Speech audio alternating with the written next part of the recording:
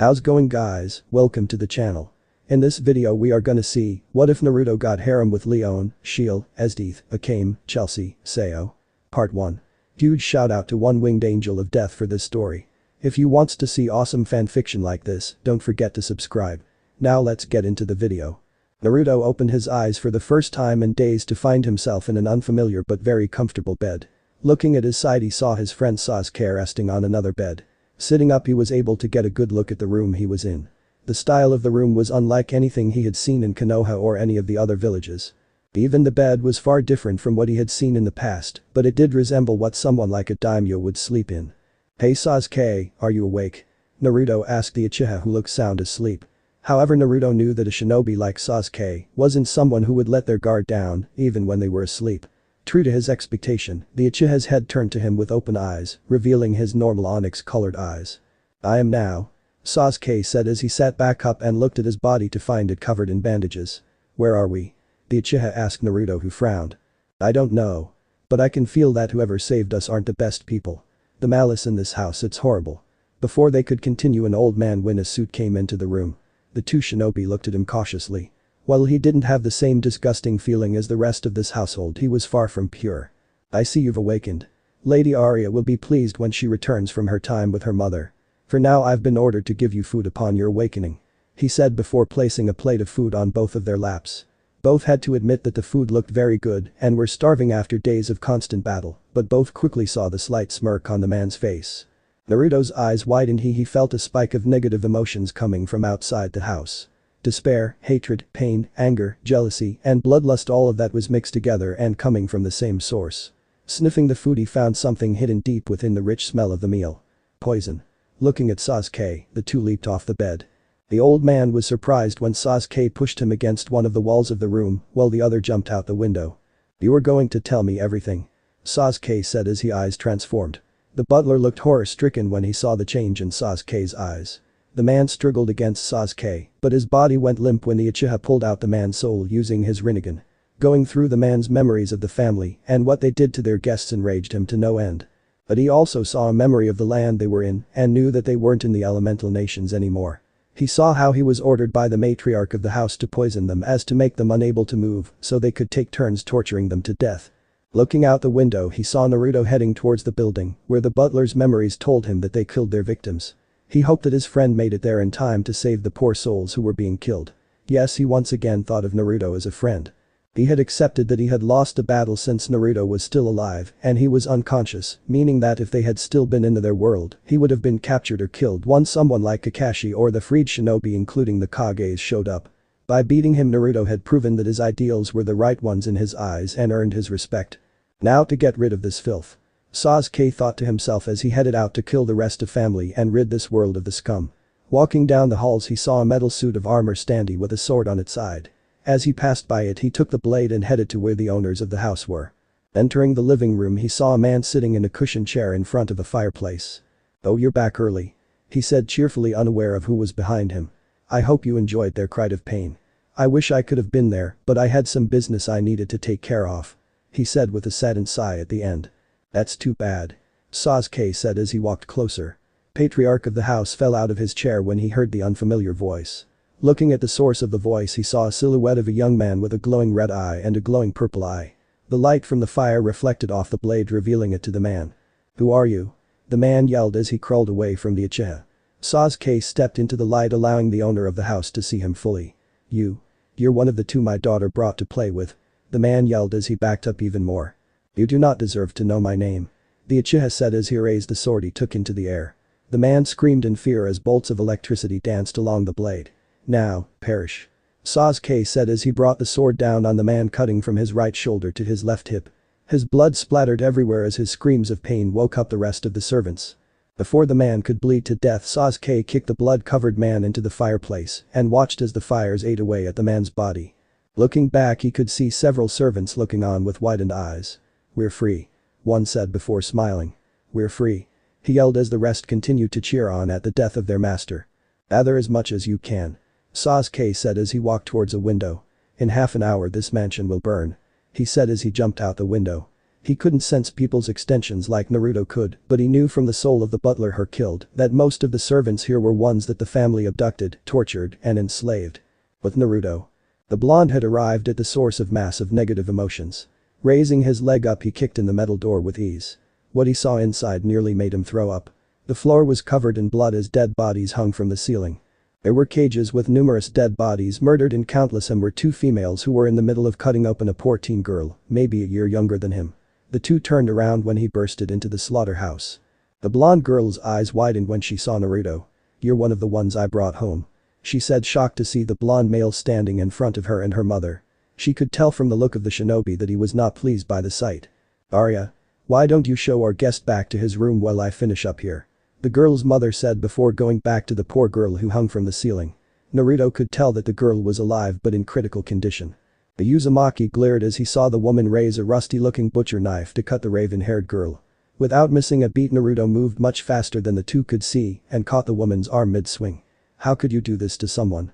Naruto said as he kicked her towards the door. The girl who was being tortured opened her eyes weakly when she heard the blonde's voice. Her vision was horribly blurry from blood loss and the pain she had gone through over the last few days. "Tatsumi," she said weakly before her consciousness faded again. Naruto looked back when he heard the girl speak and smiled sadly at her. "How dare you?" The girl Arya yelled out at him as she helped her mother back on her feet. He could see blood dripping from the elder woman's mouth as she helped her stomach where he had kicked her. "County Hicks, like you should be kneeling before us begging to be killed. The girl deserved everything she got. How dare she have such pretty flawless hair when I who come from wealth and noble have such horrid hair." She screamed out at Naruto, who was disgusted by the feeling of the two females before him. They were unredeemable, the darkness they held was sickening. "Shut up," Naruto said as he held his hand out. A black ball of chakra formed much to the shock of the two women. "People like you are just polluting this world with your sick ways. I can sense it. The deep darkness that engulfs not just the two of you but this entire city, no, this entire continent seems to be suffering. I can feel the cries of death. And this city is the focal point," Naruto said as the sphere split in two and extended and thinned into long pikes. "I may not know where I am, but I know people like you two need to die." Within a split second, the two females were speared through their heads by Naruto's attack. Turning back, Naruto used a bit of Matatabi's fire to burn the rope holding the girl up and lowered her to the ground. "Time to get to work," Naruto said as he channeled the power the Sage of Six Paths had given him. After transforming into his six-path sage mode, Naruto placed his hand on the girl's body and used his chakra to heal her from her injuries and stabilized her strained life force. "Hey you." A weak voice caught the blonde's attention. Looking at the source of the voice, he saw a bloody boy the same age as the girl he had just healed with unruly dark brown hair and brown eyes. "Thanks for saving my friend. Her name is Sayo," he said before coughing up blood. "Please take care of her. I can tell you're a good person," he said to Naruto, placed the girl down and walked over to him. The imprisoned teen was shocked when Naruto ripped off the door to his cage with his bare hands, but considering the fact that he was the blonde in front of him was glowing, just killed two of his capturers with strange black pikes that he made out of nothing, and healed his friend of all injuries, he was too shocked that he also had super strength. "Don't worry, I'll help you," Naruto said as he kneeled next to the teen and started to heal him. "What's your name?" Naruto asked but frowned as something was eating away at the brown-haired boy just as fast if not faster than he could heal him. Whatever it was already in its late stages and had infected nearly the entire body. "It's a miracle he's even alive," he thought to himself as he tried to at least extend the guy's life so he could say what he needed. "My name is Ieyasu. That girl Arya brought us here when she found us wandering around the capital. She offered us a place to sleep and food and we took it. The food was drugged and next thing we knew we were here," Ieyasu said as he coughed up even more blood. Naruto scowled at how he couldn't heal him as fast as whatever virus or whatever was killing him. "I never thought that I would die this way. I always expected I would go out epically with a great quote." Naruto smiled at the boy's attitude. "It must have been hard to talk like that while dying. Take care of Sayo for me, and if you ever run into my friend Tatsumi, tell him I'm sorry that I couldn't keep my promise." With those last words, his eyes closed for the last time, but a small smile was left on his face. Naruto sighed as he heard the boy's heart slow to a stop. "Are you done?" Naruto looked back to see Sasuke standing at the door with a bloody sword. Naruto nodded as he walked back to Sayo and picked her up bridal style before walking next to the uchiha. The two black rods he had created to kill the two women dislodged themselves from their skulls, returned to their original sphere form before returning to Naruto. "Yes, I'm done," Naruto said as he and the uchiha walked back to the mansion. They saw a large group of people waiting there for them holding bags of money and other expensive looking things from the mansion. One of the older-looking men walked up to them and handed Sasuke the 2 largest bags full of gold coins. "Thank you for freeing us from those horrible people. After splitting the gold we found, we decided to give you 2 largest portions as thanks," the man said to the 2 shinobi, who nodded. Sasuke placed the 2 bags of gold in front of Naruto before walking up to the mansion. "Fire-style fireball jutsu." Sasuke yelled as he exhaled a massive ball of flames which destroyed a large part of the house when it collided and lit the rest ablaze. Everyone's eyes widened when they saw the man breathe out fire like it was nothing at all. "Let's go, Naruto," Sasuke said as he picked up the gold and walked away from the burning mansion. Naruto nodded and looked back at the group. "Thanks for the money," he said before following after the Uchiha with the girl he had saved in his arms. "Hey Sasuke, what should we do now? The nature chakra here feel different, so I'm assuming we aren't anywhere near Konoha or any of the other villages," Naruto said as he and the Uchiha walked through the woods. Behind them, smoke from the burning mansion floated up high into the air so that everyone could see that the place was on fire. Sasuke looked at Naruto before raising up one of the bags of gold he was carrying. "We find a place to make a base, then use the money we got to stock ourselves," Sasuke said to the blonde, who nodded. Finding a base proved to be a bit harder than they originally expected since they couldn't buy a house within the city since they didn't have any papers to prove who they were. Eventually they found an old temple deep in the forests about 3 miles from the city. The old temple reminded Naruto of what he had seen when he had to do a mission with the monks of the fire temple. However, this temple was semi-damaged and nature had taken over it. Going inside, the 2 found it at least stable and only need a bit of work before it was livable. While Naruto stayed behind to fix the monastery up and watch over the still unconscious Sayo, Sasuke went back to the city under transformation, making him look like Kakashi. But Sasuke. The Uchiha walked through the streets of the capital scowling as he saw all the people who were sitting on the side of the streets, begging for money or food. Sure, he wasn't the nicest guy around, but he didn't enjoy watching others suffer like they did here. He had already bought a large supply of foods from meats to vegetables and fruits. Even after buying enough food to feed a family of 7 for the next month, he still had over 90% of the money that he was given by the former servants of the family he and Naruto had killed. Having been walking for over an hour, he decided to take a small break in one of the many bars around the city. An old man walked up to him holding a notepad. "Can I take your order?" the bar worker asked the Uchiha, who looked at him from the corner of his eyes. "What do you have to drink?" he asked. The man almost flinched from the coldness in Sasuke's voice. "Well, we have cold beer, mead, wine, water, and a few juices," the man listed out for Sasuke. The disguised Uchiha had never heard of what this man referred to as beer, mead, or wine, so he went with the safer choice of water. "You know, if you're just going to get water you shouldn't go to a bar." The Uchiha looked to see a young woman with short blonde hair with 2 long bangs that framed the sides of her head and golden eyes. She wore a revealing outfit with a black tube top, pants, boots and a scarf around her neck. The woman sat in a seat across from him and put her feet on the table before emptying the contents of her mug. "What do you want?" Sasuke asked, annoyed by the fact that his break was interrupted by the blonde woman. He also got the feeling that this woman was going to be very similar to Naruto, meaning he would have a headache by the time they finished talking. "Hey, no need to be so. Name is Leone. I just wanted to know if you knew anything about the accident last night." The busty blonde asked the Uchiha, who mentally frowned at the question. For a normal person that would have been a perfectly normal question, but for him, a trained shinobi taught by one of the most feared traitors in the world, he knew she was digging for information.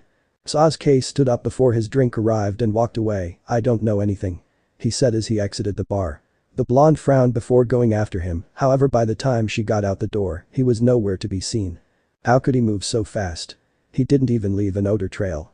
She thought before hearing the sound of fighting. Running over, she saw a young man in his teens with medium-length brown hair and green eyes fight with some guards. "What give you the right to take half this man's profits?" the teen yelled at the guard, who slapped him across the face, sending him to the ground. The green-eyed teen held his bruising cheek as he stood up and glared at the guard. "You bastard," he said. The guard took offense to that and was about to draw his sword before Leone decided to step in. "Hey, no need to get things messy. I apologize for my bro's behavior," she said to the guard as she put her arm around the teen's head and gave him a nudie. "I'm sure you can let it go this one time, right?" she said while winking at the guards, who blushed. "Yes. This one time we'll let him go," the leader said, stuttering as he couldn't help but stare at the blonde's large bust. Leone dragged the struggling boy until they were away from any guards. "That was either really brave or really stupid. So tell me why you were picking a fight with those guards," the blonde said to the boy. It was rare to find anyone who was willing to stand up to the empire, so she was slightly interested in why this boy was so willing to do so. "Last night several bodies were found murdered by some nobles of the city. One of them was my friend. I heard some people talking about some people called Night Raid saved a girl. I need to find them, that girl was my friend. He said to the blonde who smirked. So you want to find Night Raid, eh? Well, I think I can help you, kid. She said as she picked him up, much to his surprise, before moving through the allies until they were out of the city. Where are you taking me? The boy yelled as he closed his eyes because of the wind hitting his face. The meet Night Raid like you wanted. My name's Leone, by the way. She said while running through the forest, moving towards the mountains in the distance. But I tell you now that we don't have your friend.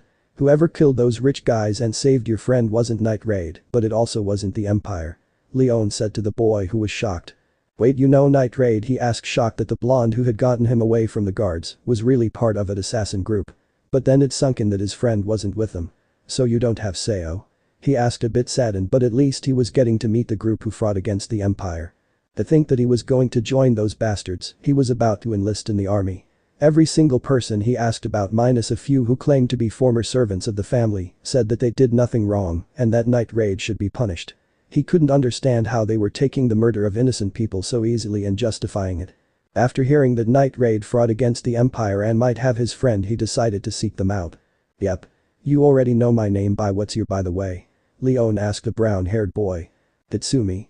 He answered. It was clear that he was a bit saddened to learn that they didn't have his childhood friend like he was told. Well, Tatsumi, just call me Ni-chan then. I'm sure you like our little group. The busty blonde as she ran out of the forest. Tatsumi didn't think it was possible for someone to move as fast as Leone was at the moment. They had cleared the forest in a little less than an hour on foot. But Sasuke. The uchiha couldn't hold his jaw up as he walked into the monastery he had left with his blonde friend a few hours ago. When he left, the inside was covered in dust and spiderwebs, while the wood was molded and rotten. Now it looked as good as new. The outside of the temple still looked like when they found it, so no one would suspect that someone was living there again, but the inside looked amazing. He saw dozens of blondes running around cleaning. I never thought I'd see the day when the dope cleaned anything. Sasuke thought as he used his Dojutsu to try and find the original Naruto. Walking down the reconstructed monastery, the Uchiha had to admit that the blonde did an amazing job. Looking around, he found the real Naruto meditating next to the still sleeping Sayo. I'm back. Naruto looked up at Sasuke and smiled. About time, I'm starving, team. Naruto said as he jumped up onto his feet. Naruto looked down at the still sleeping Sayo and frowned. Whatever they did to her really took a toll on her. I can heal her wounds, but I can't help her in her mind. Naruto said before making a clone to watch over the girl. The two shinobi walked back to the kitchen area of the temple. Sasuke pressed his fingers onto a seal on the side of his arm, unsealing several bags of food. To think that I bought this much with only a fraction of what we got. Sasuke muttered as Naruto summoned a few clones to put the food away. Both frowned a bit before Naruto started making some ramen. What should we do about this empire? Naruto asked as he started heating up some water to make the ramen for the two of them. He couldn't just ignore this evil that ruled over the city, it would betray the dreams of all those who died in the quest for peace. Even if this wasn't the same world, peace was peace, and he might as well make the best of their situation and help out these people. For now we lay low and strike from the shadows. We assassinate a few nobles and try to cause a bit of chaos in the empire. We don't know anything about this world other than this empire is corrupted. We will force them to unveil all their cards, and then we show our hand and end them. Sasuke said darkly as he took a seat in a chair. He didn't want to go all out from the start, since for all they knew the empire had some secret weapon no one knew about. He wanted to cause just enough panic, so whoever was in charge had to pull out all the stops. He knew that the people in this world had no chakra thanks to his eyes, and were much weaker than any shinobi as far as he knew. Naruto nodded before looking over in the direction of the room where he left Sayo. She's up. Standing up, the blonde walked over to the room to find the girl he had rescued sitting in her bed. Naruto was a bit worried when he saw the blank look on her face and the dead look in her eyes. Your name is Sayo, right? Naruto asked, getting her attention. The blonde frowned when he saw the void look she was giving him. It seemed like the time she spent with that cursed family had really taken a toll on her mind. He was also sure that she knew that her friend had died already. Yes. She said lowly before looking down. Naruto could see the tears flowing down her face, no doubt remembering the fate of her friend. Did he die? With a smile? She asked the Uzumaki. The blonde sat down next to her, placing a hand on her shoulder. Yeah. He told me to look after you and to tell his friend Tatsumi he was sorry. Naruto said as Sasuke walked in holding a bowl of ramen. Naruto smiled when Uchiha handed the bowl to the girl before walking out of the room. Seems like the team a nice side after all. Naruto thought to himself. My name is Naruto, by the way. There are some old monk robes over there in case you need to cover up. Naruto said, blushing a bit. The raven-haired girl looked confused before feeling a breeze. Looking at her body, she finally noticed that she was completely naked in front of some guy who she had just met. Hentai. And with that she pushed Naruto out of the room. The blonde laughed as he let himself be pushed out. Walking outside, he found Sasuke looking through some of the weapons left behind by the previous owners of the temple. Most of them were ruined from being left out for so long, but a few were still usable. One of which was a Chikudo similar to the one he had before their battle with Kagaya, where it fell into lava. "That was nice of you," Naruto said as he walked towards the uchiha. It was rare for the uchiha to be nice. Sasuke looked at his friend. "Don't expect any more handouts from me.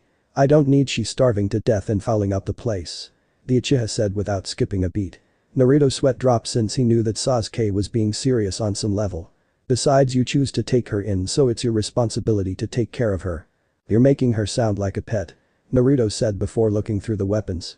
"I think we should find her friend Tatsumi. She might be happier going along with him over staying with two strangers," Naruto said as he picked up a metal bow. It was a bit worn out, but nothing a blacksmith couldn't fix. "She knows who we are. At the moment we are unknown to this empire, and that's a good thing. For all we know, this Tatsumi kid could be part of the army, and I'm sure that she would rather help out her friend than cover up for us," Sasuke said while channeling some lighting chakra through the blade.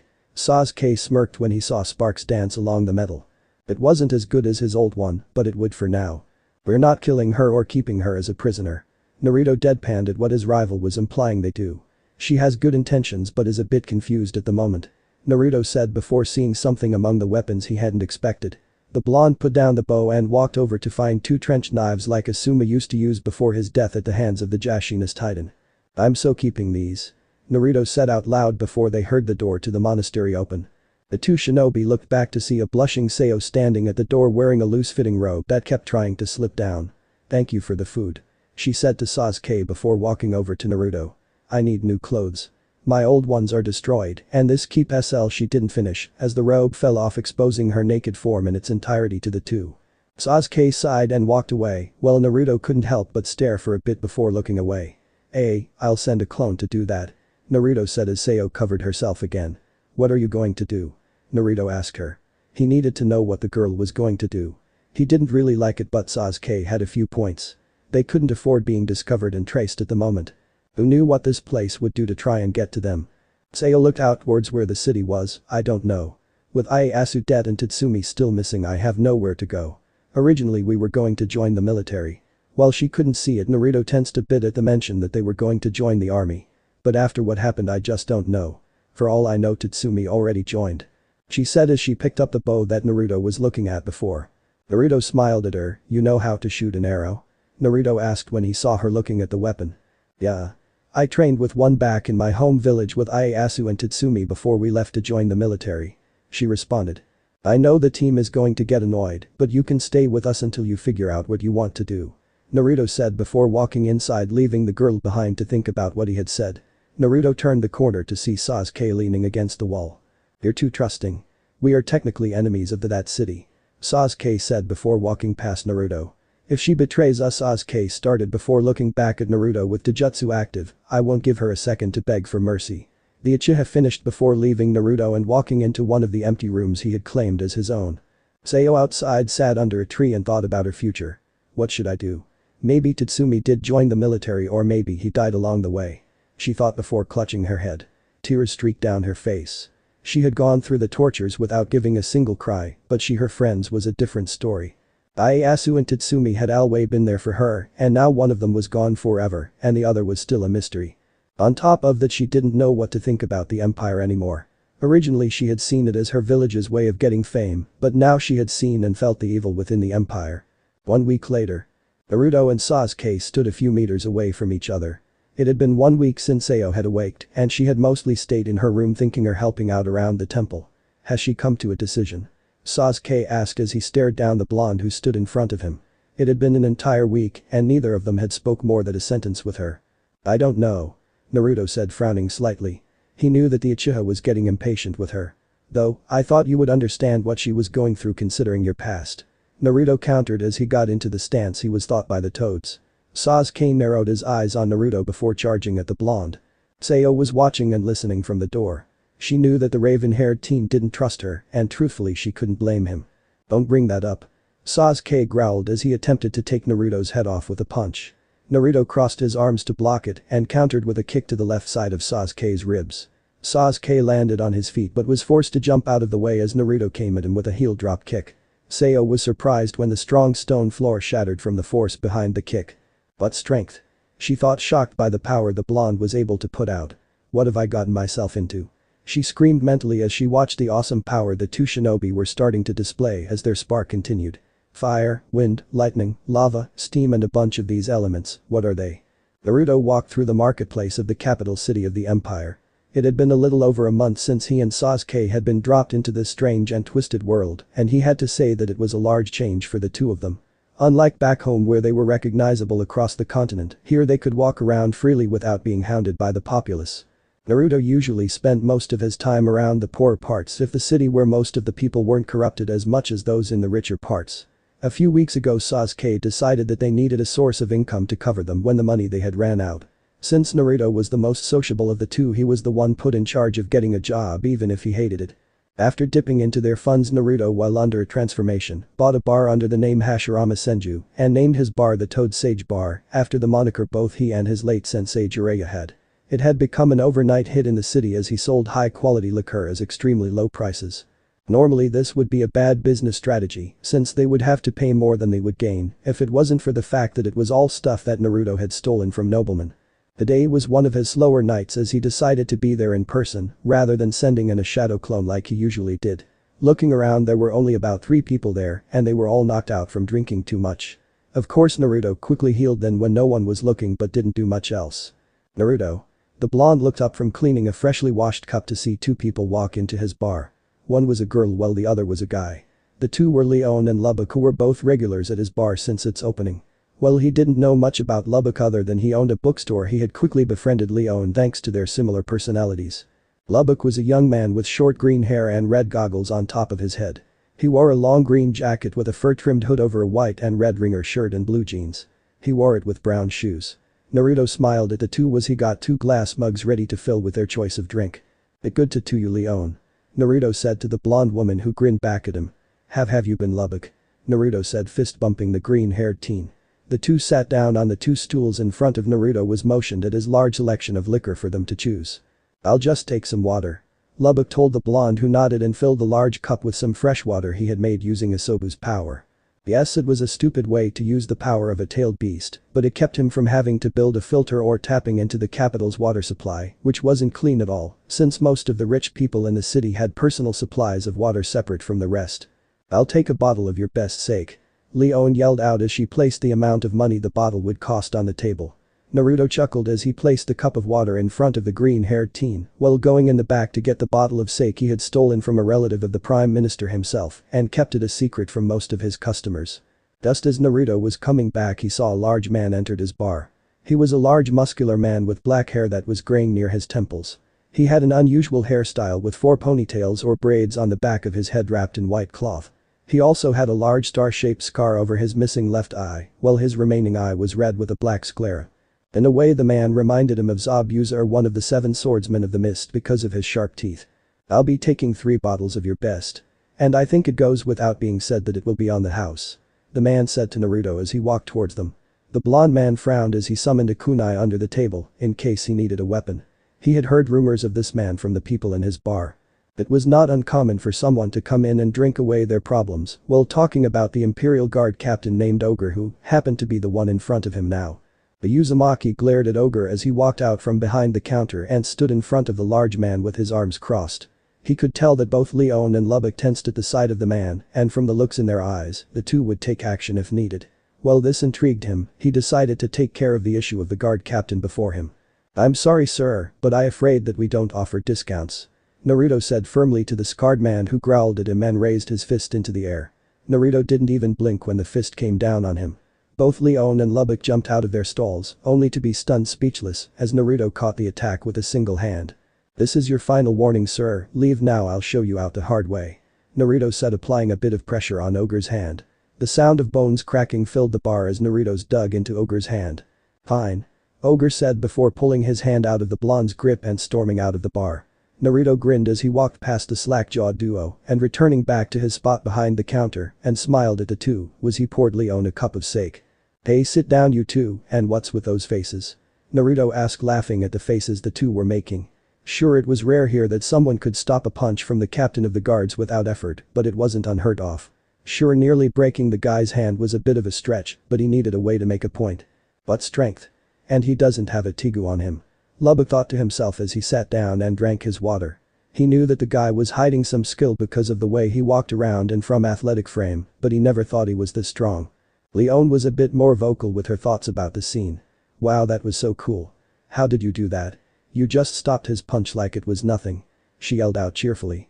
She always enjoyed seeing the empire put in its place. "Normally I'd be worried that Naruto would get framed by Ogre now, but it's not like Ogre will last the night," she thought, giggling. Naruto was a bit confused by the giggles coming from the busty blonde, but didn't let it worry him. "So you two want to know how I did that?" he asked the two who leaned in. Naruto got closer before whispering in to bother their ears a single word: secret. The two couldn't help but fall off their stools at the trick the blonde pulled on them. Both got back up as the blonde laughed at the two. Leone laughed a bit before she ignored the cup Naruto had poured for her and drank straight from the bottle. Naruto rolled his eyes as the blonde woman downed most of the bottle. A light blush slowly spread across her cheeks as the alcohol took effect. "Hey Naru, where did you get this stuff? It's really good," she said to the whiskered shinobi who chuckled at her behavior.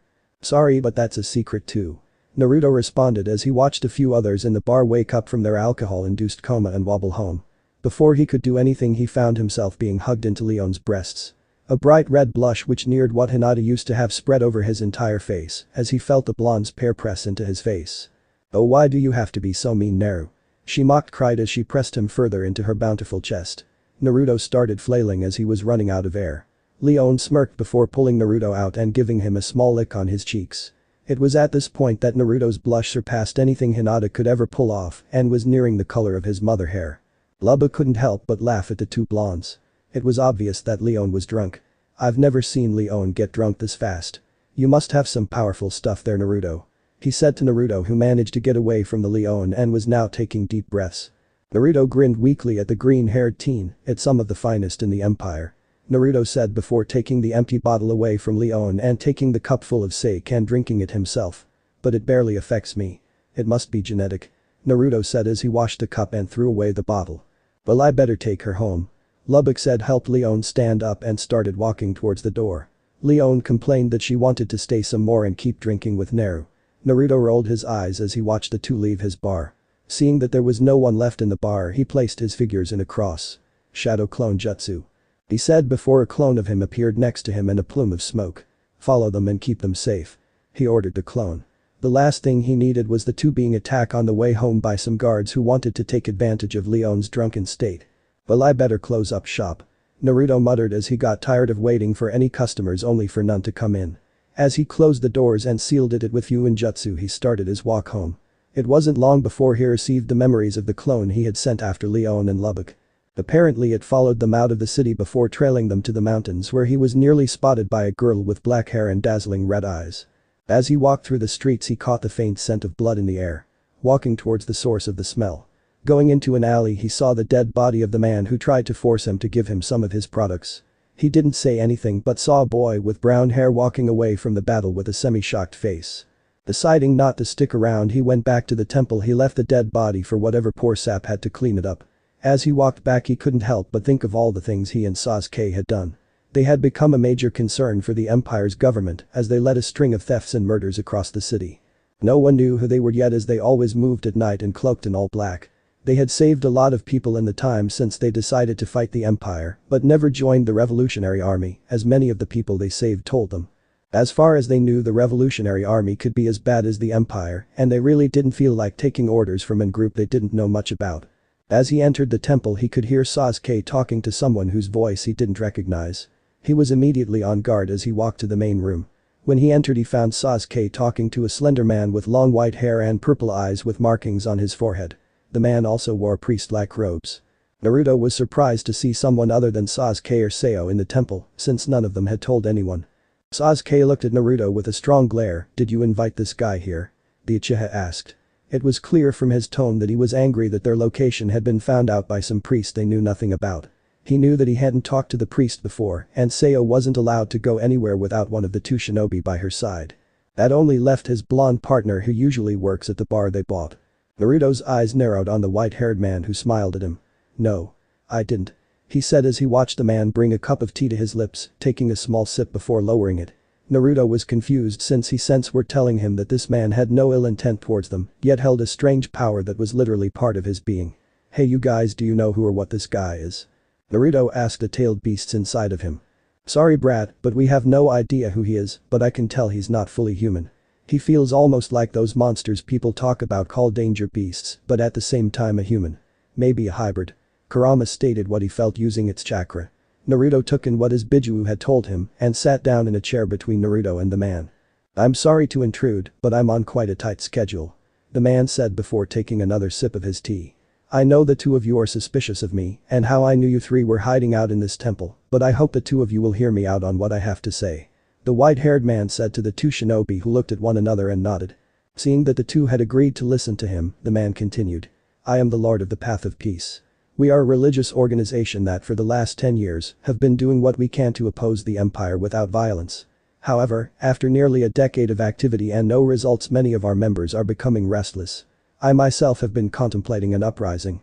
However, like you two, I have a special power," he said, getting the attention of the two shinobi. "Can you please elaborate what you mean by special power?" Sasuke asked the Lord of the Path of Peace. Now he was slightly worried that the man sitting with them had not only found them so easily, he also knew they were different from the other people in the empire. "I have the ability to see the future. This is how I knew about where you lived and your powers. I don't intend to do anything against the three of you," he said, including Sayo this time. Finishing his tea, he had a firm look in his eyes. "I didn't wish to do this, I prefer talking problems out, but I can see that at this pace many in my family will die. So I ask you to please take the mission to assassinate the leaders of a splinter group that left us to join the empire, along with many of our secrets and a special Tigu we have kept hidden, the Sun Shooter Hui.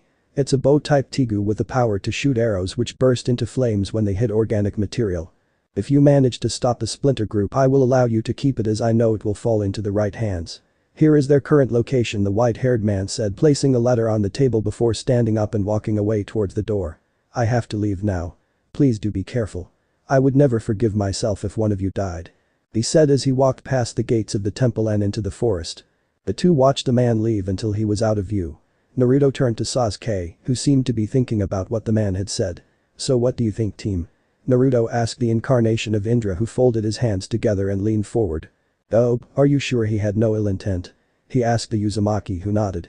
"Then I say we take the job. If we do this correctly, we can get some information about the empire and one of those Tigu," Sasuke said as he stood up and walked to his room. "We leave tomorrow morning. Tell the girl, she's coming with us," he said before closing the door behind him. Naruto walked through the empty halls of the temple before arriving at Sayo's room. "Hey Sayo, can you open the door?" he asked. After a few minutes of movement, Sayo opened the door. Her hair looked horribly messy and she only wore a loose-fitting robe, which looked like she threw on at the last second. "You know it's like 3 in the morning," she nearly growled at him. Naruto's sweat dropped at the tired glare she was pointing at him. If looks could kill, Naruto was sure that even with his sage mode, he would still be dead in an instant. "What is it?" she asked the blonde who smiled at her. "We're going on a mission tomorrow and we decided to bring you with us." Naruto told her the basis of what they were doing tomorrow. Sayo nodded before going back to her futon. Naruto chuckled at how the girl acted before going to his room to get his stuff ready. It had taken her a while, but Sayo had decided to stay with them until they were able to find Tatsumi. Sasuke still didn't trust her at all and insisted that one of them watch over her at all times. Since he was usually either working the bar or training at the temple, and the Uchiha was normally around the temple training or gathering information, most of her day was spent training with him or sitting around while Sasuke trained. That was one thing that annoyed the raven-haired teen to no end. He had taken to training Sayo in Taijutsu just in case she was ever in serious trouble or she didn't have a bow with her. Knowing Sasuke, he will wake him up early to make sure that everything was finished before they set off. The blonde grabbed a scroll that he had left leaning against the wall. Opening it, he pressed his palm on the large seal that he had painted on the scroll. Smoke was released from the seal as the item sealed within it appeared. Before him now was his black cloak and head wrap, which he and Sasuke used to hide their identities when they did some of their less than legal operations. There was also a stack of notes with seals on them. These were exploding tags to place either on kunais or almost any other thing they needed to destroy. After that came a pair of trench knives similar to what Asuma used before his death. Lastly were a week's worth of rations and several hundred shuriken and kunai to refill the seals he and Sasuke had on their wrists. It was really helpful for assassinations, which they sometimes did when they heard of someone doing an act they couldn't excuse. Speaking of assassination, he remembered when he ran into a pink-haired girl who oddly reminded him of his old teammate Sakura. He had ran into her when he decided to kill a lone shark who was driving people to the streets. The two had the same target, and to sum it up, the two spend the entire night trying to kill him, only to accidentally be stopped by the other. Every time he threw a kunai to kill his target, she shot at the target but ended up hitting his weapon midway. It took him 10 tries before the lone shark went inside a large house, which he was able to infiltrate and kill up close and personally. He clearly remembered the glare she gave him as he came out of the house with a bit of blood on his clothing. He couldn't help but laugh a bit at the thought that he had beat the feared Night Raid to the punch during an assassination. He didn't even take the blame, since it was put that it was Night Raid that had assassinated the man. Tigue. This will be the first time me and Sasuke will be taking on a user, and supposedly it's a powerful one. Sayo is also coming along, which means that we have to keep an eye on her, or we may lose her. Naruto thought as he picked up the trench knife and placed his fingers through the holes. The blonde Uzumaki smirked at the getting his hands on one of those weapons. He had seen how strong some of them were when a shot from the pink-haired girl managed to shatter his chakra-covered kunai. It wasn't much of a feat for a shinobi for the most part, as he knew a large amount who could do it with their bare hands, but it was way more than what he had seen from the guard so far in the capital. He and Sasuke had been a bit disappointed when they learned how weak some of these people were compared to those in the elemental nations. If he had to compare guards here to the shinobi of his world, he would place them at low genin rank for most of the standard guards, with a few who might be reaching chunin. Of course, hadn't seen one use a Tigu yet, so he wasn't sure where he would be able to place them. One person he had heard of though that sounded interesting, the General Esdeath. He had only heard a few rumors floating around, but from what people said, she was extremely powerful to the point where she was able to single-handedly put down an army. People said that her power was over ice and that it could freeze anything. He had already seen that a few people were special in this world, like the Lord of the Path of Peace, and he was really getting curious about the other people who had powers. I wonder if I'll ever get to meet her. Naruto wondered, with a small smirk gracing his face as he sealed away all his items into the scroll. Seeing that his preparations were already done, he placed the scroll against the wall and laid on his futon before drifting off to sleep. Hit. Naruto's eyes opened to find himself not in his room anymore, but rather in the place where the nine-tailed beast gathered within him. In front of him was Kurama looking at him with a serious expression. To his left was, in order from most tails to least, Gyuki, Chimei, Seiken, Kakuo, Son Goku, Isobu, Madatabi, and Shukaku, who was to Kurama's right. I know that you feel confident in this mission, but be careful.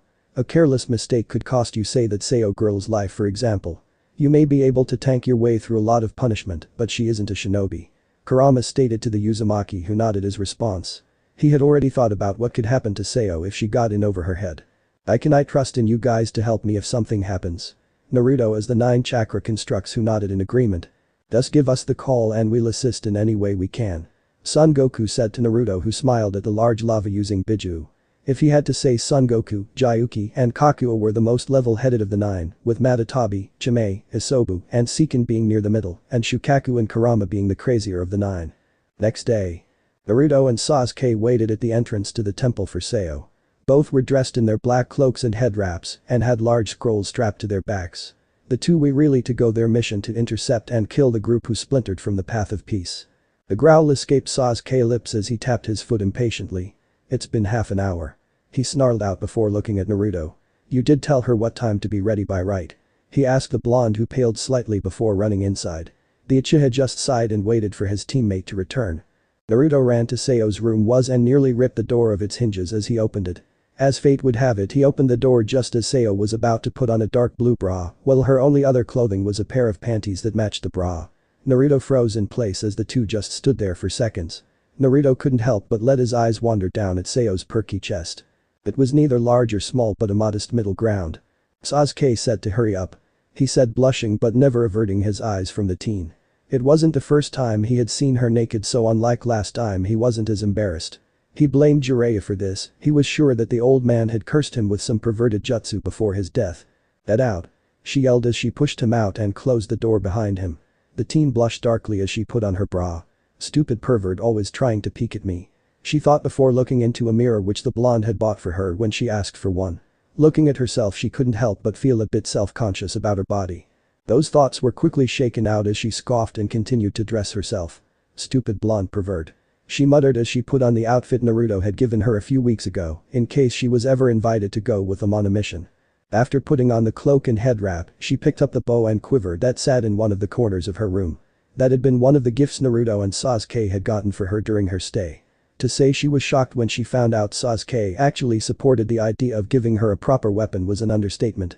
Everyone in their small group of 3 knew that the Uchiha wasn't fond of her and tolerated her because his partner insisted it, so him giving her a weapon was a big step towards him trusting her as an ally.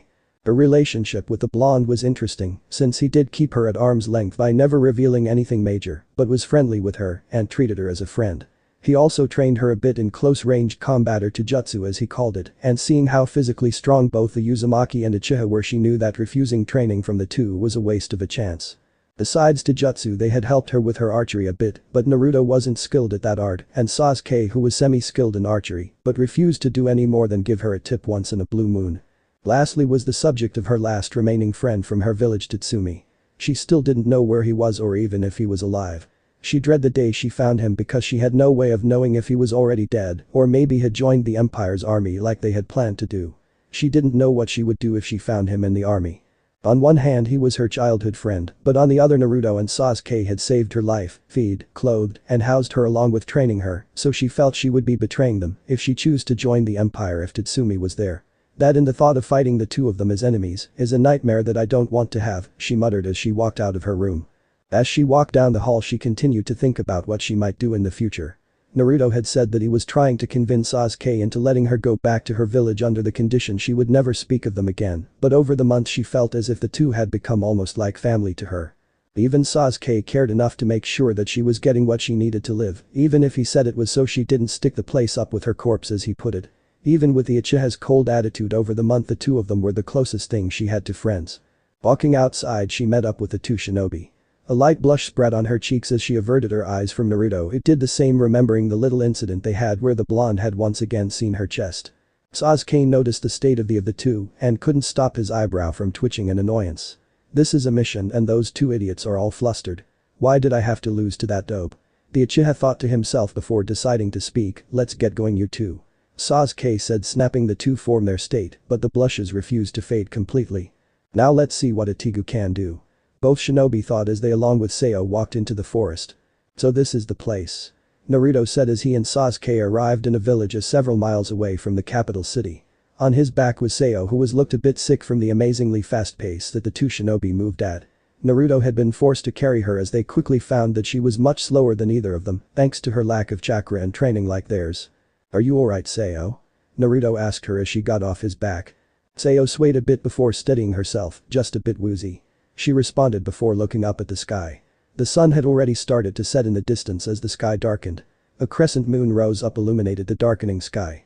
Sayo shivered a bit as a cold air blew past them. Sasuke looked over at Sayo, then at Naruto before jumping off the rooftop down to the streets below. Naruto followed with Sayo right behind him. Dope, you and the girl go look for any information you can find. If someone see either of your faces, capture or kill them. I'll search myself. Sasuke said as he left in a swirl of leaves, leave the two to their own devices. Naruto sighed before walking into the village with Sayo in tow. But Sasuke. The Uchiha walked down the streets looking for anything that could get him any information on the rogue members of the Path of Peace. The streets of the village were empty, unlike the ones in the capital, which were usually filled with people walking to and from several shops. Unlike the stone-paved roads of the large city, these places were only dirt. The houses weren't much to look at, being built mostly out of wood. From the state the village was in, he could only assume the people here were extremely poor. Most of the houses that stood in the village were boarded up or were so damaged that no one could possibly live there. Well, it didn't really bother him much as he didn't know or care about the buildings. Between an alley he saw a small group of teenagers no older than himself glaring at him. The Uchiha passed by without any sign that he even considered their existence significant enough to worry. He noted that the gang of what seemed to be only 7 kids started to trail him. Sasuke walked for a few more minutes to confirm that they were following him and headed straight into an alley without an exit. Care to explain to me why I'm being followed by you, wastes of air? Sasuke asked the 6 who started to creep closer to him. Each of them took out some sort of weapon ranging from a club to a dagger. Inwardly the reincarnation of Indra smirked as he knew that they wanted to fight. The guy from the Empire came here and offered us a large amount of money to take out anyone who looks suspicious, and you are the definition of suspicious. The supposed leader of the group said before he charged at Sasuke. In one swift motion, Sasuke caught the man's hand that held the blade before twisting it hard enough to break the bones. The thing screamed in pain before pulling back. "What are you sods waiting for? Kill him," he yelled at his men while holding his broken arm. Sasuke smirked as he picked the dagger up from the ground and charged at the five. The uchiha ducked under a swing from a club and stabbed the club bearer in the stomach. The man didn't even have time to react to the hit as the uchiha pushed the blade up, leaving a cut from his lower abdomen, straight up his torso, through his throat, and finally cutting the skull in half. Blood exploded from the cut covering his arm in blood, while the body of the dead thug slumped back. The first one to snap out of the shock of seeing their friend die was another dagger user who ran at him in a blind fury. Sasuke spun around and decapitated him with a blade which lightly glowed from the electricity flowing through it. The man's face was horror-stricken as it fell to the ground. Sasuke didn't bother waiting for the last three to come at him as he vanished and reappeared in front of the three and killed them with a strike to each one of their necks. The leader watched on in horror as he watched his entire gang die before his eyes. The man tried to run away from the uchiha appeared at the entrance of alley. The man's eyes widened in fear as he walked up until he was against the wall. Sasuke walked closer to the thug who had at this point pissed himself. Every step Sasuke took seemed to echo. To the gang leader the entire world seemed to waver in form. "Stop. Get away from me." The man yelled at the uchiha before feeling a sharp pain in his chest. Looking down he saw a pike coming out of the wall and through his chest. The hell? He screamed confused how he could see and feel the injury, yet he wasn't bleeding or dead. "This is my genjutsu," Sasuke said standing a few meters away from the man. "Now tell me everything you know about the man who hired you," Sasuke ordered. "Are you crazy? Do you know what will happen to me if I tell you?" The man screamed frantically while trying to back closer to the wall, but only received a sword flying straight into his hands. "Fuck you bastard. If you think this will aggghh." The man screamed as several dozen swords flew into his body, shredding it only to be regenerated to full health. The man didn't even have a second before he was lit ablaze in an inferno of black fire. Sasuke just watched as he cursed and screamed in agony as his flesh was evaporated by the fire. "Are you done yet?" Sasuke asked as he cut the fire and let the thug leader take a few breaths. The man looked up weakly and spat at his face. The uchiha scowled as he wiped the spit of his cheek. "I guess you need more persuading," he said, grabbing the man by the throat. The man tried to scream, but the uchiha's grip wasn't allowing him to yell out as Sasuke slammed his head into a wall. "Speak." "Never." The thug responded only to have his head bashed through the wall this time. Sasuke's left hand was lit with a mess of sparks as he pointed it at the man. The man cried out once again as his genitals were pierced by a blade of pure lightning. "Give up." The reincarnation of Indra said, slowly moving his hand up, which caused the extended blade to cut through the man's body. "Okay, I'll talk." The man cried out once the blade had cut all the way from his balls to his stomach. "There is a group of people from the Empire who showed up one day to meet with this priest guy. It was 2 girls and 2 guys wearing strange clothes. At first I tried running them out with my gang, but they killed most of us, leaving just me and the guys you killed. They're in the small house about 5 minutes west of the village. Now please stop." The man cried out as he told Sasuke everything he knew about what was going on. Sasuke frowned at the rather small amount of information, but accepted it since it was more than he had before. "Thank you," Sasuke said, releasing the genjutsu. The man got up shaking from fear of the uchiha and attempted to run, only for a kunai to dig into the back of his head. "But you're a liability," the uchiha said before looking up to see a woman looking down at him from the top of a building. The two stared at one another before she jumped down. Sasuke could now see what she looked like now. She wore clothes similar to those of a shrine maiden's, with a loose kimono shirt exposing her cleavage held by a single breast guard on her right breast. She had black hair and a scar on her face. On her forearm she wore armor plating. Sasuke raised an eyebrow but drew his sword. The woman smirked, getting into a stance. "You're an eager one," ran before she could finish. The sword extended and pierced her stomach. The woman screamed in as electricity coursed through her body. However, unlike most people he had used the jutsu on in the past, this scream was different. It wasn't one of pain and suffering, but rather one of pleasure. "You have got to be kidding me," Sasuke muttered before retracting his blade from the woman's body. The uchiha watched as the woman stumbled a bit from the shock but looked at him with a large blush on her face. "That felt great. I haven't felt like that in a long time," she nearly moaned. Sasuke was on guard instantly when he saw that she wasn't affected by the hit, which was able to kill even a few chunin with a single hit, yet this woman took it and enjoyed it. "Now it's my turn," she said, charging at him. "She's faster than most of the other ones in this world." Sasuke said, slightly surprised by the speed she was putting out. If he had to place it on a shinobi scale, it would be on the upper rank of Chunin, maybe even Jounin, but nothing he couldn't handle. The uchiha jumped back only for her nails to extend at him. The scarred woman smirked when her nails pierced Sasuke's stomach, only for him to transform into a log. The sound of metal piercing flesh rang as a sword through her stomach. The mysterious woman smiled as she let out a small moan. Looking back, she saw the former Avenger's red and purple eyes. "That felt good," she said as the uchiha jumped away from her. "If it wasn't for my training I would have died by now. My name is Suzuka. I assume you're from Night Raid," she said to him, only for barely dodge a slice from Sasuke's sword. "No," the uchiha said, turning back towards her. "I can't take her lightly, she survived 2 fatal hits and took pleasure in them," he thought to himself before charging at Suzuka. The woman dodged another swing from the uchiha's sword but was hit by a spinning heel kick to her head, sending her into a building. "Fire-style fireball jutsu," he yelled before exhaling a massive ball of fire that engulfed not just the house that the woman had been sent crashing into but 3 other vacant houses in the area. The uchiha used his eyes to look through the flames for the woman's body and found it laid out under a ton of rubble and fire. I thought this might be a challenge," he said, walking away from the burning rubble. Scanning over the area to make sure that no one was watching, he disappeared in a whirl of fire to go find his. But Naruto and Sayo while Sasuke was interrogating. Like Sasuke, the two had found themselves confronted by a strange person. Naruto and Sayo now stood in front of an extremely tanned woman with green eyes and blonde pigtails. On pigtails were horseshoes that seemed to act as weights. She wore long leggings and an open shirt showing off her bikini. Sayo took a step back when the woman jumped down from the building and landed in front of her. She didn't know why, but she felt like this one person could easily kill her if she wasn't careful. Naruto, on the other hand, wasn't intimidated at all by the tanned woman. The blonde looked her over as if bepizing her. "Stay back," Naruto said as he stepped forwards. Sayo looked a bit confused but followed the blonde's order. "Who are you?" Naruto asked the blonde woman. The tanned woman smiled. "My name is Mez. Sorry handsome, but I'm going to have to kill you," the woman now known as Mez said to the shinobi. Naruto narrowed his eyes on the woman in front of him. Something about her was different from the others he had seen in this world so far. "Sorry, but I wouldn't even give you a chance," the cloaked blonde said before sprinting forward at a speed Mez couldn't react to in time to block a chakra-enhanced punch to her ribcage. Mez went flying back but managed to land on her feet. Naruto looked at his fist to find it covered in sweat. "That's disgusting," Naruto muttered to himself as he flicked his hand hard enough to get most of it off. "That hurt," Mez said, grinning as she got into a stance. Naruto just stood and watched her for any sudden movements. The blonde woman reached back and let the 2 horseshoes fall.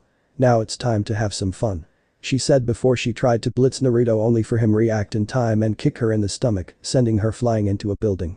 Naruto grinned a bit at the display of speed. "Not bad. Definitely Jounin speed. I bet Sasuke is so jealous that I found someone who can at least put up a decent fight," the blonde thought before jumping out of the way as an arm extended out of the rubble and attempted to skewer him. Mechs bounced off the walls of the buildings as she zigzagged towards him. The blonde male ducked under a kick directed at his head, which is a wall. Naruto's eyes widened when he saw the wooden wall explode from the power in the kick. "It's like a weaker Sakura," he muttered. "You're really good," Mez said to him. He briefly noted the large beads of sweat coming out of her pores. The green-eyed woman flicked both her arms out at him. Naruto jumped back but was still hit by a wave of sweat that soaked his robe. Mez smirked and charged at him again. Naruto tried to move out of the way at the same level as before but found that his wet robe weighed him down too much.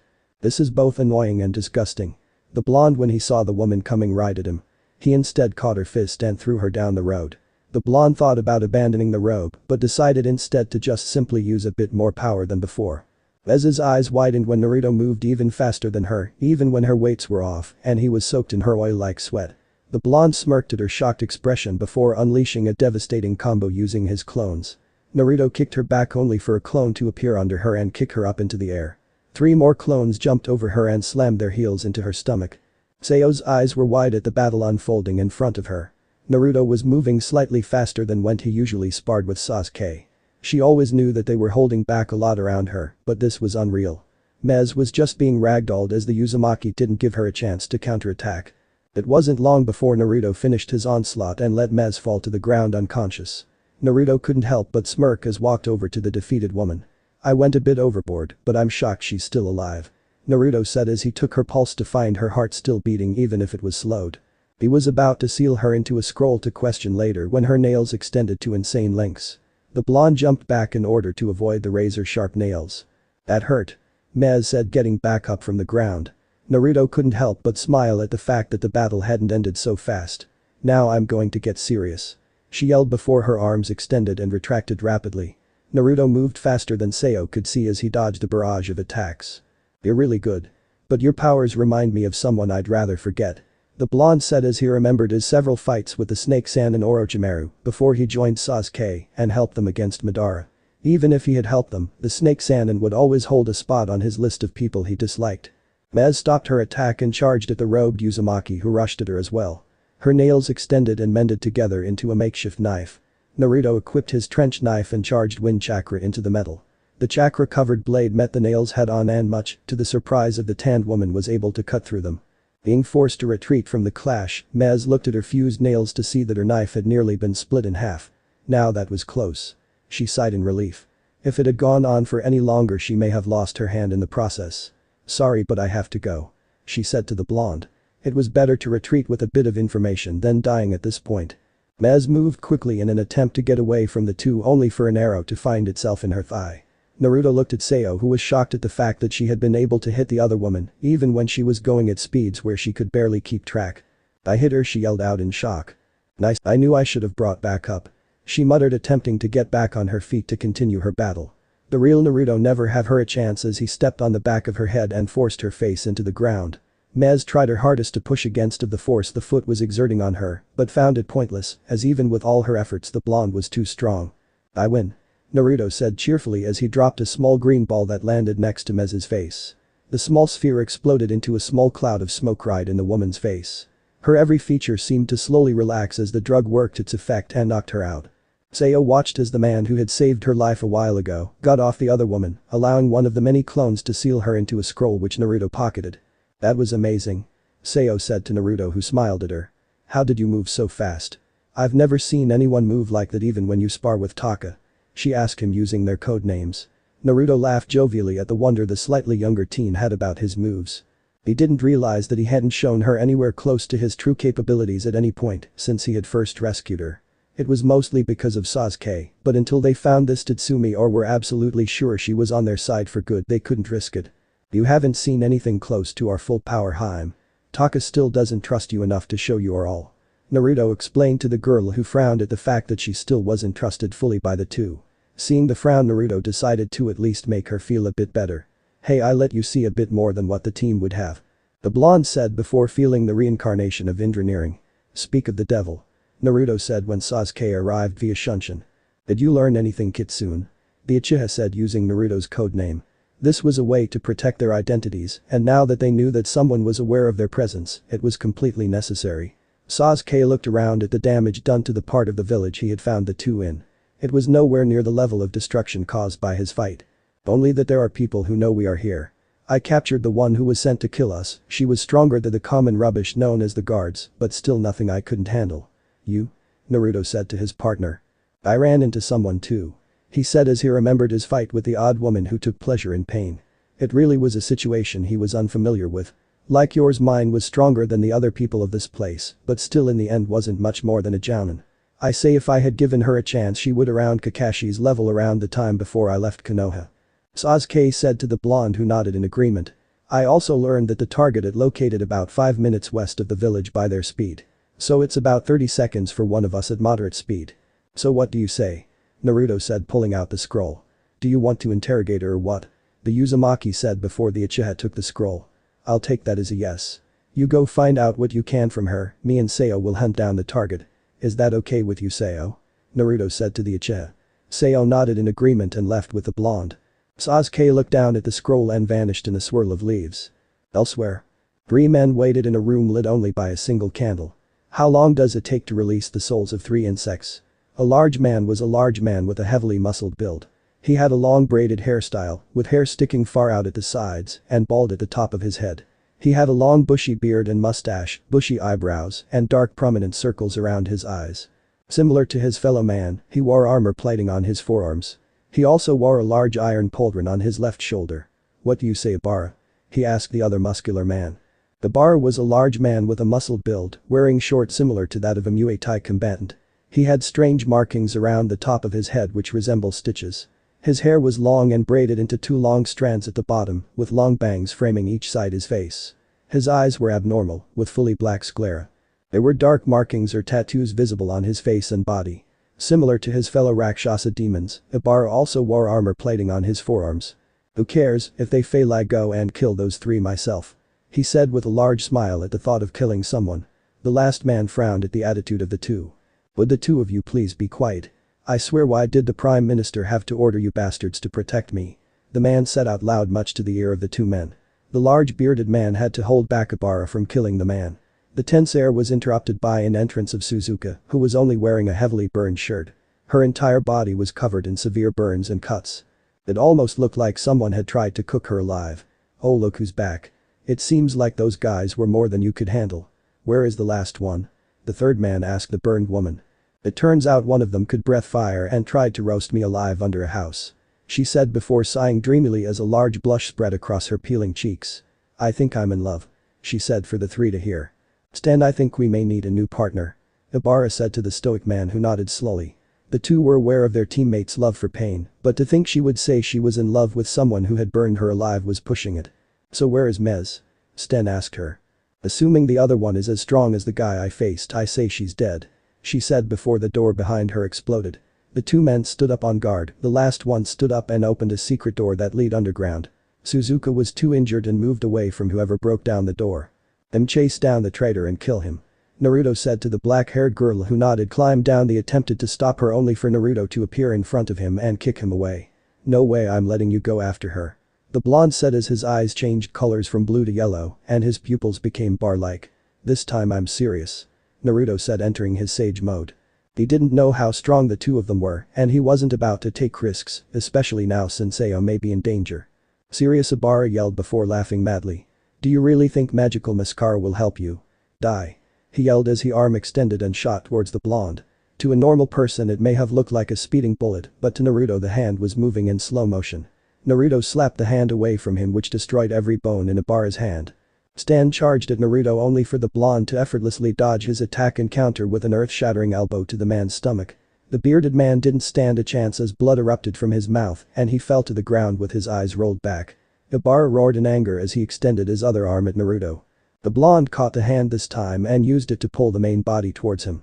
"Take this," Naruto yelled as his right fist slammed into the man's left temple.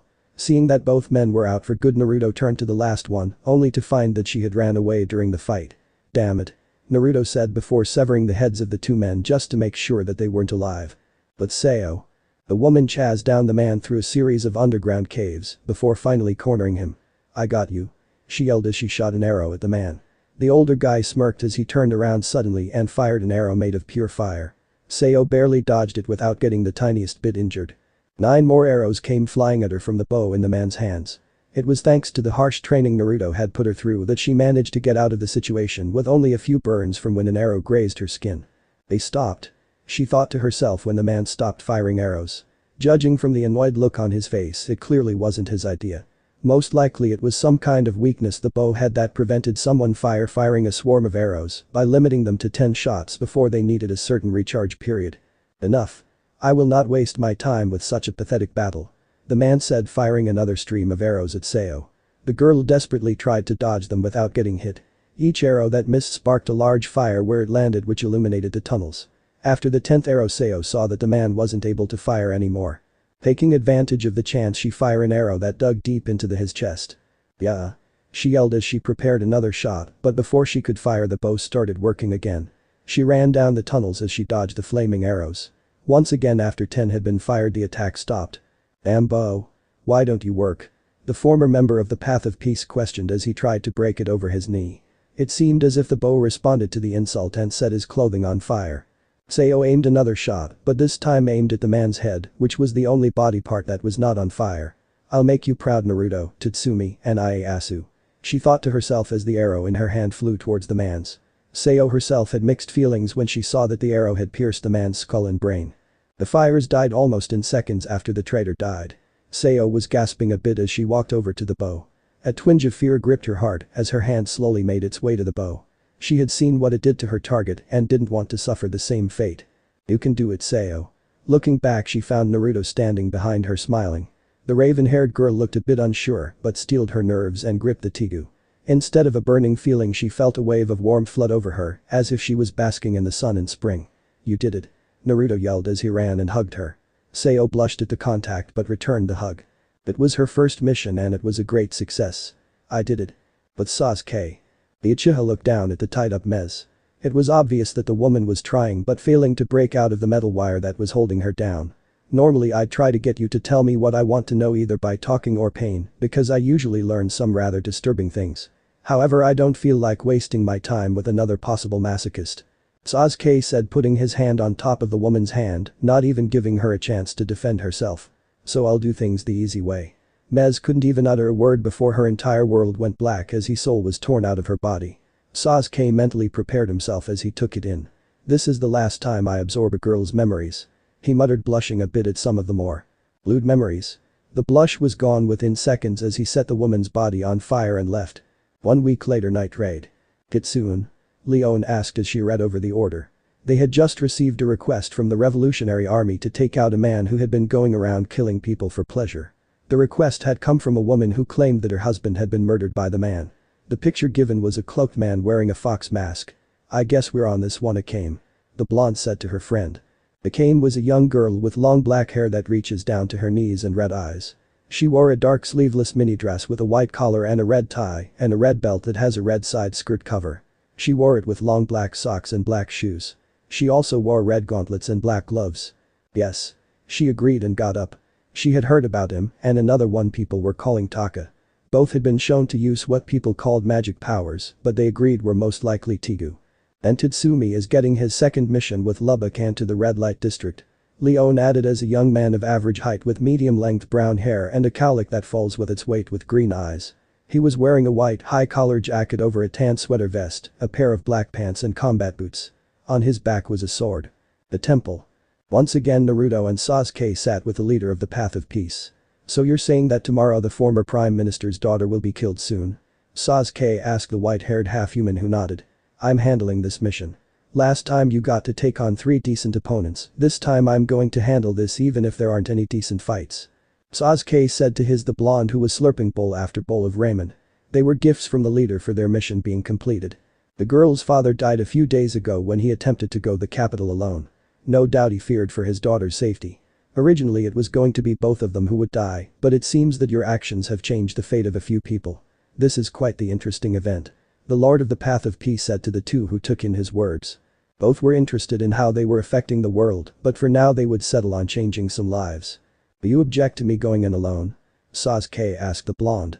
"Go ahead," Naruto said in the small gap of time when he put down his old bowl and picked up a new one. Sasuke nodded and left the room, leaving the Naruto alone with the Lord. "There's more. Naruto, I feel that you will run into night raid soon. I couldn't see what will happen, but you will finally meet the assassin the Empire fears so much." The blonde stopped eating his ramen for a second before smirking and downing the entire bowl in a matter of seconds. "Then I guess this are finally getting interesting," Naruto said as he placed the bowl down. "Thanks for the warning and the mission," the blonde said as he shook the hand of the half-human. "It was my pleasure. If it saves the life of good people I will gladly help you in any way I can," he said before leaving the temple. So this part ends here. I hope you guys enjoyed this video, so quickly like this video for second part of this series. And comment down below your thoughts about this series. And now it's time for me to go, bye.